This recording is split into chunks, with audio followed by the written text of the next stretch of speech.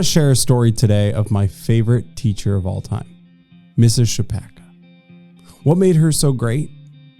She engaged the whole room. She taught both English and Spanish. And if you know anything about me, you know that foreign languages are not my forte. And yet I found myself engaged in her classes. I would sit in the front row, eyes up, looking. In today's first reading, we hear about Philip, who, similarly to Mrs. Shapaka, has all eyes on him. He's proclaiming Christ. There's been a persecution in Jerusalem, and he's gone to the city of Samaria.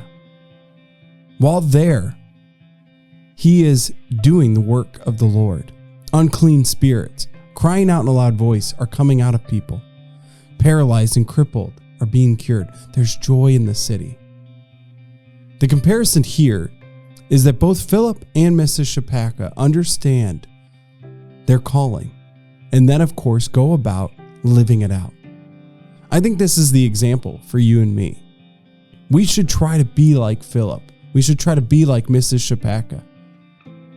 We should have Christ on our faces and in our hearts. And if we do that, whatever we're called to do, whatever our work is, maybe your vocation isn't to be a teacher or to be a preacher. Maybe it's something completely different. And yet the Lord can use you in that if you allow him to enter into your heart. So that's my advice today. Short and sweet. Let Jesus Christ enter your heart.